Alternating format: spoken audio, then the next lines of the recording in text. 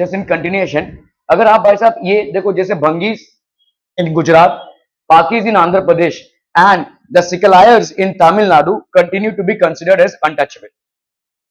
अगर मैं अपने घर में बाथरूम का साफ सफाई कर रहा हूँ या कचरा साफ सफाई कर रहा हूँ कुछ भी, तो मेरे घर वाले अगर मुझे ना छुए तो बनता है, क्योंकि until unless I take a bath I am considered as unhygienic। हम अनहाइजीनिक है, मेरे पास बहुत सारे डिजीज हो सकते हैं, बहुत सारे जर्म्स हो सकते हैं, बहुत सारे बैक्टीरियाज हो सकते हैं, जिससे लोग इंपैक्टेड हो सकते हैं। That's a medical condition, absolutely fine, ठीक है।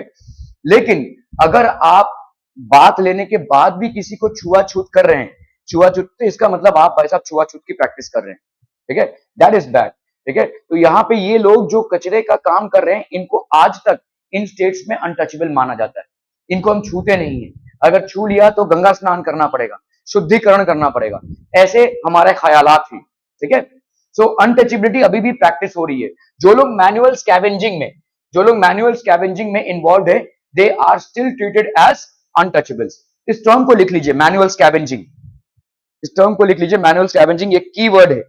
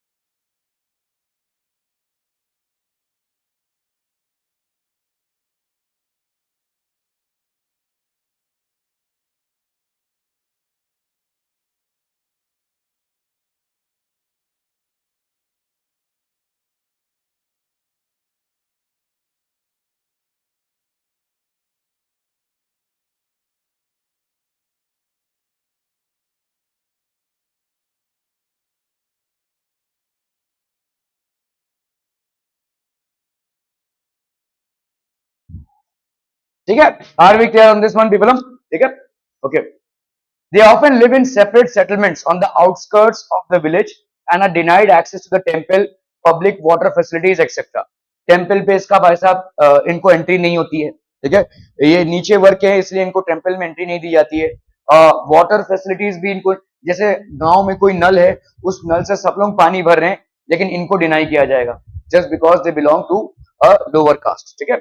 So they often live in separate settlements, इनकी भाई साहब सेपरेट सेटलमेंट में, गांव के बाहर इनको सेटलमेंट है, गांव के बाहर रहना पड़ेगा इनको, ठीक है। Often on the outskirts of the village, outskirts of the village मतलब गांव के बाहर, ठीक है, गांव में इनकी एंट्री नहीं रहेगी। And denied access to the temple, water facilities, etcetera, ठीक है। In 1993 the government pass the employment of manual scavengers and construction of dry latrines prohibition act, इसको लिख लीजिए भाई साहब, 1993 में ये एक्ट पास हुआ।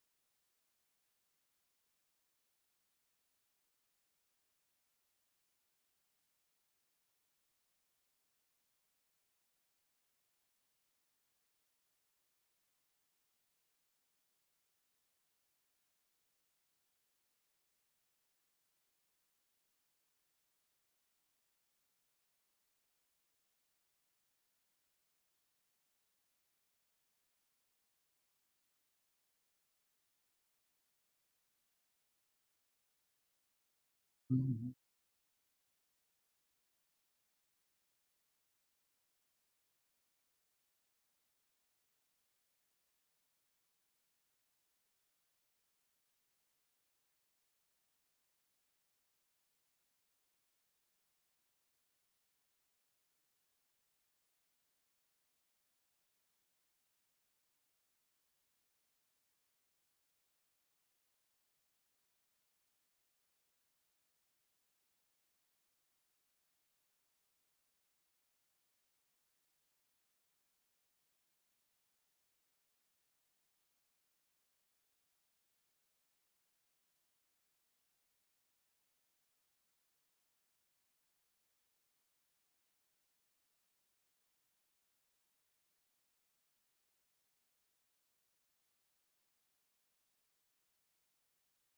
Okay, so in 1993 the government ने वैसा भी एक्ट पास किया in 1993, ठीक है, manual scavengers and construction of dry latrines prohibition act.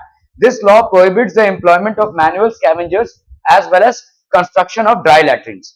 मतलब आपका ये जो प्रोसेस था, ड्राई लैट्रिन्स मतलब समझते हो, मतलब आपका जो लैट्रिन का कनेक्शन है वो मेन पाइप से होता हुआ मेन उसमें जाएगा, मेन सीवेज में, सीवेज पाइप से होता हुआ. मतलब ड्राई लैट्रिन कैसा होता है, लोग लैट्रिन पे बैठते हैं, शौच करते हैं और लैट्रिन वहीं पे पड़ा रह जाता है, कोई इंसान आएगा उसको उठाकर लेकर जाकर बाहर फेंकेगा. ये ड्राई लैट्रिन बोलते हैं. मतलब जहां पे पानी का इस्तेमाल नहीं हो रहा है, ठीक है, जो आप फ्लश करते हैं पॉटी में बैठने के बाद, वो कार्यक्रम वहां पे नहीं होता है. This is called dry latrine. जब भी आप ड्राई लैट्रिन बनाएंगे, उस ड्राई लैट्रिन को यूज करने के बाद आपको एक इंसान की जरूरत पड़ेगी उसकी साफ सफाई करने के लिए. तो गवर्नमेंट ने इस प्रोसेस को ही बैन कर दिया कि कोई भी इंसान अगर घर में ड्राई लैट्रिन कंस्ट्रक्ट कर रहा होगा, that person is punishable by law. समझ में आ रहा है ये? ठीक है. सो गवर्नमेंट ने ये बैन ही कर दिया. ना रहेगी बांस, ना बजेगी बांसुरी. ठीक है. सो अगर आपके घर में ये पॉटी पैन से वैसा वैसा कनेक्शन है पाइप से, मेन स्यूवेज पाइप का, इट्स एब्सोल्युटली फाइन. अगर नहीं है तो इसका मतलब आपको किसी को एम्प्लॉय करना पड़ेगा ये काम करने के लिए. और जिसको भी आप एम्प्लॉय करेंगे शायद वो राजी भी हो जाए पैसों के लिए, लेकिन आप उसको शोषण करने का मौका पा रहे हैं. It's a humiliation. It's an act of humiliation. ठीक है. So this law prohibits the employment of, तो pass the employment, prohibits the employment of manual scavengers. तो मतलब मैनुअल स्कैवेंजर्स का एम्प्लॉयमेंट बैन कर दिया गया. कोई भी किसी की पॉटी साफ नहीं करेगा. समझ में आ रहा है ये मैनुअल स्कैवेंजिंग का एक्ट बंद हो जाएगा. हाँ, कहीं पे जाम हो गया है तो वो एक प्रोसेस है, उस प्रोसेस से कंप्लीट होगा.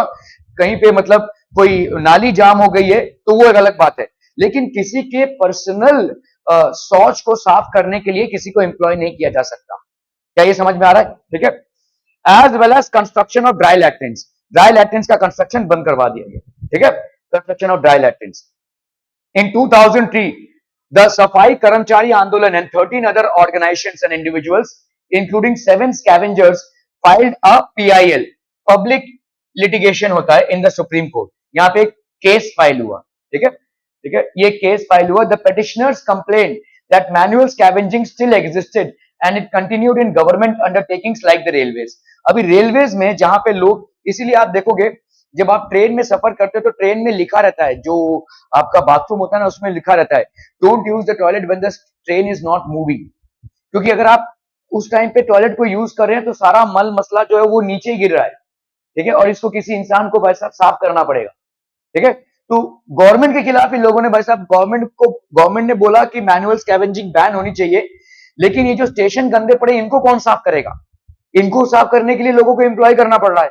तो गवर्नमेंट खुद ही एम्प्लॉय कर रही है. तो गवर्नमेंट के अगेंस्ट ही पिटिशन डाला गया, पब्लिक लिटिगेशन डाला गया भाई साहब. The petitioners complaint that manual scavenging still existed and it continued in government undertakings like the railways. Railways में तो चल रहा है भाई साहब. और रेलवे मतलब गवर्नमेंट को भी क्या क्या करे गवर्नमेंट. ठीक है. लोगों को इंस्ट्रक्शन दिए गए कि बाथरूम का यूज ना करें जब ट्रेन स्टेशन पे खड़ी हो, क्योंकि अगर ट्रेन स्टेशन पे खड़ी और बाथरूम का यूज करे तो पूरा जो मलबा है वो तो नीचे ही गिर रहा है ना, वो स्टेशन को ही गंदगी कर रहा है. ठीक है. लेकिन लोग फिर भी उसको यूज करते हैं. ठीक है. तो ये यूज अभी अगर यूज करेंगे तो किसी को ना किसी को तो साफ करना पड़ेगा. ठीक है. तो मैनुअल स्कैवेंजिंग बैन हुई, गवर्नमेंट ने मैनुअल स्कैवेंजिंग पे बैन करा है, ड्राई लैट्रिन्स के यूज को बैन करा है, लेकिन ट्रेन में क्या करें. ठीक है. तो that is one thing that was there. The petitioner sought enforcement of their fundamental rights. तो उन्हें अपने फंडामेंटल राइट्स का एनफोर्समेंट किया. The court observe that the number of manual scavengers in India had increased since the 1993 law. तो court ने देखा कि भाई साहब गवर्नमेंट ने मैनुअल स्कैवेंजिंग बंद कराने के बावजूद manual scavengers of India have increased after implementing the law. The manual scavengers in India उल्टे बढ़ गए हैं, had increase since the 1993 law. तो मैनुअल स्कैवेंजिंग की लॉ ही 1993 में, लेकिन उसके बाद जो लोग मैनुअल स्कैवेंजिंग में एम्प्लॉयड हैं उनकी संख्या बढ़ गई है, ठीक है. And that became a concern. It directed every department, ministry of the union government and state government to verify the facts within 6 months. तो इन्होंने कोर्ट का डायरेक्टर आ गया भाई साहब कि ये डेटा को वेरीफाई कीजिए. ये कैसे हो सकता है कि मैनुअल स्कैवेंजिंग जो भाई साहब बैन हो गई है उसके तहत लोग ज्यादा कैसे एम्प्लॉय हो रहे हैं, ठीक है. तो ये डेटा कलेक्ट कीजिए कि कैसे कितने लोग एम्प्लॉयड हैं मैनुअल स्कैवेंजिंग के जॉब में, which is an illegal job, ठीक है. If manual scavenging was found to exist, then the government department has to actively take up time-bound programs for their liberation and rehabilitation. अभी देखो मैं अगर अगर government आकर बोलती है भाई साहब कल से सब मैनुअल स्कैवेंजिंग बंद, ठीक है, आपने फंडामेंटल राइट को तो प्रिजर्व कर लिया, किसी का ह्यूमिलेशन आप कर नहीं सकते, लेकिन एक बात ये भी है कि जो लोग इसमें एम्प्लॉयड हैं वो काम ये सालों से करते आए, उनको एक पगार मिल रही थी. तो क्या आपने अभी उनके पास कल से काम नहीं है, ठीक है, उनका शोषण नहीं होगा, कोई उनका शोषण नहीं करेगा, लेकिन साथ ही साथ उनका इनकम भी तो कट हो रहा है. तो इस समस्या का निवारण कैसे करें? इस समस्या का निवारण तभी हो सकता है जब government alternative source of employment भी क्रिएट करे कि हाँ, आज आपको पगार नहीं आ रही है इस काम से, लेकिन आपको कहीं से तो इनकम आना चाहिए ना. तो government has to create an alternative source of income.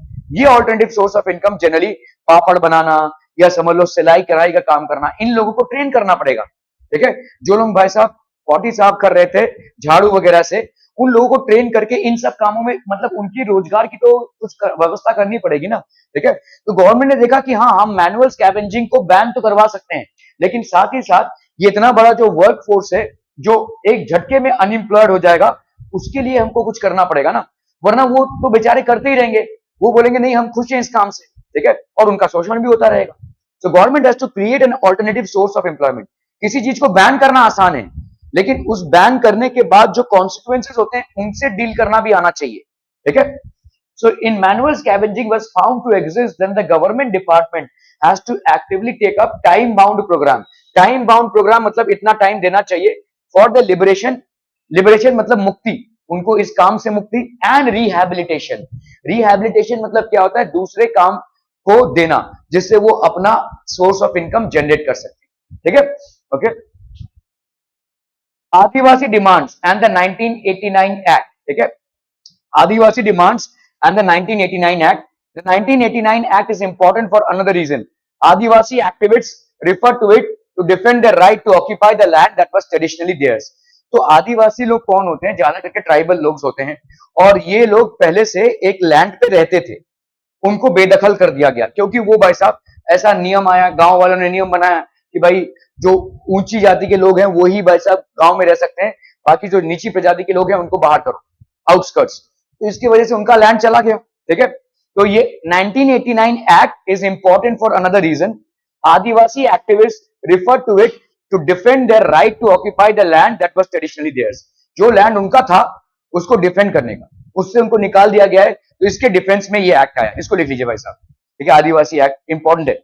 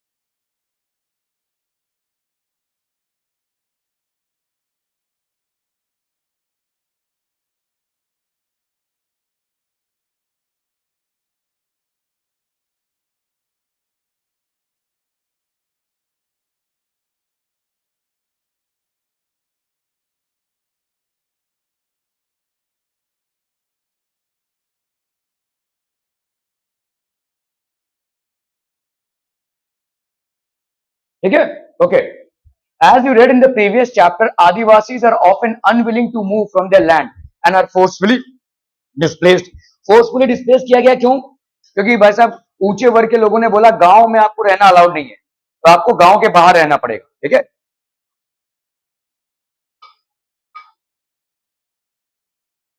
So most of them are forcibly displaced. इनको भाई साहब forcibly displaced किया जाता है. Activists have asked that those who have forcibly encroached upon tribal lands should be punished under this law. तो जो लोग activist हैं उन्होंने बोला कि भाई साहब अगर किसी को फोर्सफुली किसी गांव से बाहर निकाला जा रहा है just because he belongs to a tribal class or a lower community, then it's punishable by law, ठीक है। तो उनका लैंड उनको वापस मिलना चाहिए। They have also pointed to the fact that this act merely confirms what has already been promised to tribal people in the constitution. ये हमारा कॉन्स्टिट्यूशन है जो आपके बुक के स्टार्ट में रहता है, देखो, ठीक है। ये हमारे कॉन्स्टिट्यूशन में रिटर्न है भाई साहब, ठीक है। So land belonging to tribal people cannot be sold to or bought by non-tribal people. जो नॉन ट्राइबल लोग हैं इनको बेचा भी नहीं जा सकता है और इनसे खरीदा भी नहीं जा सकता है, ठीक है। इनको ना ही भाई साहब हम बेदखल कर सकते हैं और ना ही इनसे लैंड खरीद सकते हैं, ठीक है। तो land which belongs to tribal people can not be taken away और be sold to non tribal people, ठीक है। समझ में आ रहा है, ट्राइबल लैंड जो है। In cases where this happened, the constitution guarantees the right to tribal people to repossess their land. आप जाकर फिर से अपने लैंड को रिक्लेम कर सकते हैं wherever this happened. और कॉन्स्टिट्यूशन ने गारंटी दी है अगर ट्राइबल लोगों को बेदखल करके उनके जमीन को हड़पा गया है या उनके जमीन को बेसिकली ले लिया गया है, ठीक है, बिकवा दिया गया है, तो फिर से जाकर वो उस लैंड को क्लेम कर सकते हैं। They can claim there land. C.K. Janu, an Adivasi activist, has also pointed out that one of the violators of constitutional rights guaranteed to tribal people are governments in various states of India. उन्होंने भाई साहब point किया कि constitution का violation कभी कभी government खुद ही कर देती है, ठीक है। बहुत सारे जगहों पे गवर्नमेंट ने ही ट्राइबल पीपल से उनका लैंड लेकर वहां पे भाई साहब कोई रेलवे लाइन बना दिया है या कोई नेशनल हाईवे बना दिया है। तो ये तो गवर्नमेंट ने किया है वैसा वायलेशन, ठीक है। तो अभी गवर्नमेंट क्या करे, गवर्नमेंट को ये सब पब्लिक सुविधाएं तो उपलब्ध करानी पड़ेगी। कहीं पे डैम बनाया है, कहीं पे रेलवे लाइन बनाई है, कहीं पे भाई साहब नेशनल हाईवे बनाया है, ठीक है, वगैरह वगैरह। जो कहीं पे इलेक्ट्रिसिटी ऑफिस बनाई है, कहीं पे गवर्नमेंट का कोई स्कूल बनाया है, ये सब ट्राइबल लैंड्स था, तो इन्होंने ही भाई साहब वायलेट कर दिया, ठीक है। तो गवर्नमेंट ने अगर ऐसा किया है तो गवर्नमेंट को उनको प्रॉपरली रिहेबिलिटेट करना पड़ेगा, उनको लैंड देना पड़ेगा किसी दूसरे जगह पे, ठीक है। For it is they who allow the non-tribal encroachers in the form of timber merchants, paper mills, etc. ठीक है। तो गवर्नमेंट ने कभी कभी इनको अलाउ किया है, एक बड़े बड़े फैक्ट्रीज अलाउ हुए to exploit tribal land and to forcefully evict tribal people. तो ऐसा उन्होंने बोला कि कभी कभी गवर्नमेंट ने ही ट्राइबल लोगों को एविक्ट करवाया है, ठीक है। वहां पे टिम्बर मर्चेंट्स आए, टिम्बर मतलब जिससे फर्नीचर बनता है, पेपर मर्चेंट्स आए जहां से पेड़ काट के तो पेपर बनता है, वुड, ठीक है, from their traditional forest in the process of declaring forest as reserved as or as sanctuaries, ठीक है। तो फॉरेस्ट को तो हमने डिक्लेयर कर दिया, लेकिन इसी फॉरेस्ट को काट कर, ठीक है, फॉरेस्ट को हमने रिजर्व कर दिया तो ट्राइबल लोगों को हटा दिया, लेकिन इसी फॉरेस्ट को काट कर हम टिम्बर बना रहे हैं, हम भाई साहब पेपर बना रहे हैं, ठीक है, as sanctuaries. She has also noted that in cases where tribals have already been evicted and cannot go back to their lands, they must be compensated. ऐसा अगर कुछ भी हुआ है जहां पे ट्राइबल्स को उनके जगह से निकाला गया है और लेट से वो वापस नहीं जा पा रहे हैं, तो उनके लिए एक प्रॉपर व्यवस्था होनी चाहिए, ऐसा उन्होंने नोट किया, ठीक है। दे शुड मतलब उनको कॉम्पनसेट करना चाहिए ना, they should be compensated with money, property और in whatever forms they can be, ठीक है, okay. That is, the government must draw up plans and policies for them to live and work elsewhere. तो government भाई साहब policy और plan बनानी चाहिए government को, plans and policies for them to live and work elsewhere. After all, governments spend large sums of money on building industrial or other projects on lands taken from tribals. जो भी land tribal से लिया गया है, ठीक है, government spend large sums of money, they spend large sums of money on building industrial और other projects on lands taken from tribals, ठीक है। So why should they be reluctant to spend even very modest amounts on rehabilitating the displaced? ठीक है, तो government क्यों करे ऐसा? The central government passed the Scheduled Tribes and other traditional forest dwellers recognition of forest right act in 2006. इसको लिख लीजिए भाई साहब, इंपॉर्टेंट है।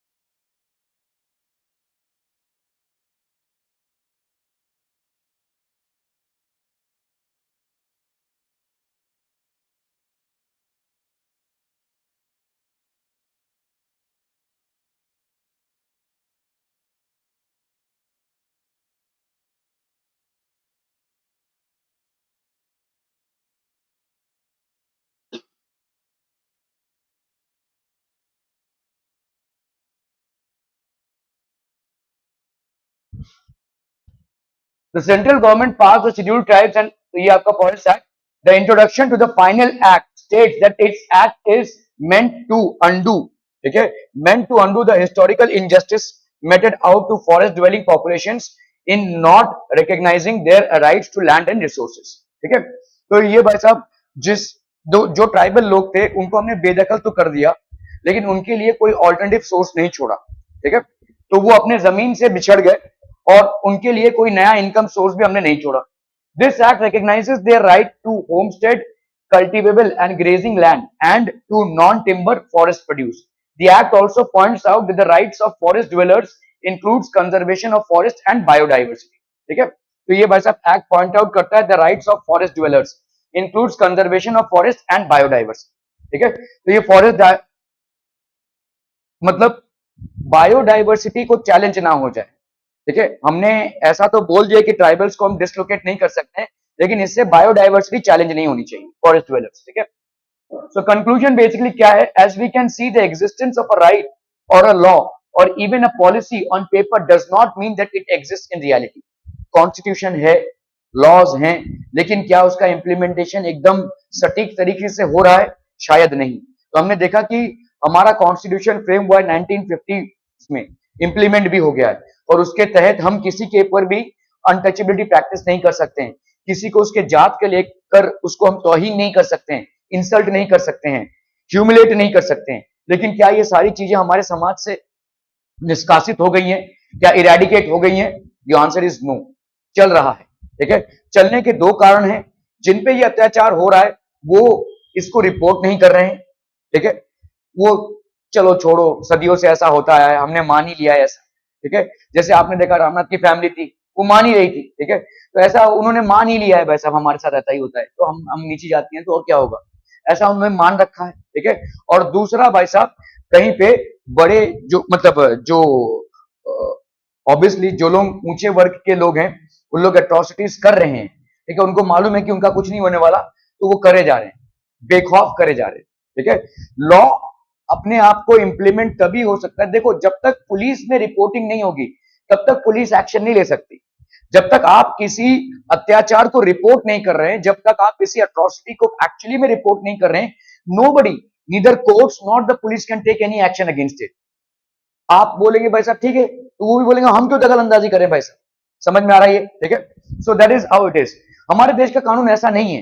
ठीक है, हमारे देश का कानून है ज्यादा करके रिपोर्टिंग पे चलती है. आप रिपोर्टिंग तो कीजिए, हम कार्रवाई करेंगे और कानून हम कार्रवाई कर सकते हैं. किसी ने किसी को जात पे गाली दे दी, किसी ने अनटचेबिलिटी प्रैक्टिस करने की कोशिश की, these are all offences punishable by law provided it is reported.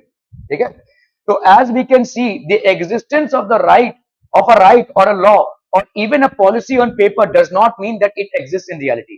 Actually reality में उसका existence और on paper उसका existence, इसमें काफी सारा फर्क है और ये फर्क लाते हैं हम और आप. ऊंचे वर्ग के लोग, नीचे वर्ग के लोग, ये सब इस फर्क को लाते हैं. ठीक है, ऊंचे वर्ग के लोग तो अपना शोषण किए जा रहे हैं, लेकिन नीचे वर्ग के लोग अगर इस शोषण के अगेंस्ट में अपना आवाज ना उठाएं, अपने फंडामेंटल राइट से अवगत ना हो या जो हो रहा है उसको चलने दें, तो कानून भी कुछ नहीं कर सकता.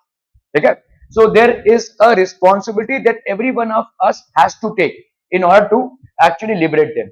People have had to constantly work or make efforts to translate this into principles that guide the actions of their fellow citizens or even their leaders.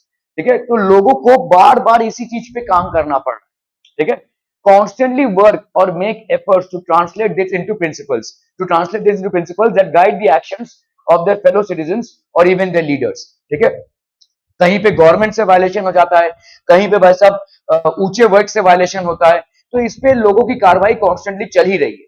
There is a constant work that is happening here. ठीक है, the desire for equality, dignity and respect is not new. कोई नया नहीं है भाई साहब. ठीक है, पुरातन डिजायर है. It has existed in different forms throughout our history, as you have seen in this chapter. Similarly, even in a democratic society, similar processes of struggle, writing, negotiation and organizing need to continue. ठीक है, अगर democratic society है, एक minute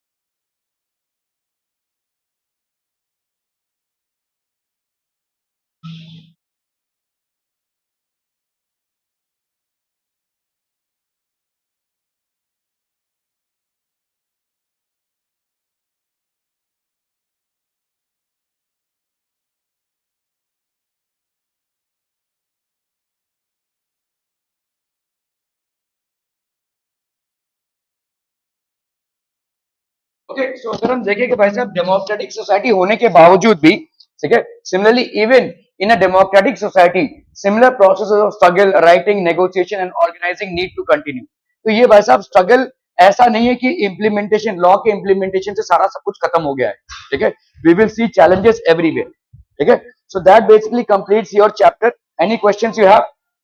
any questions? No question?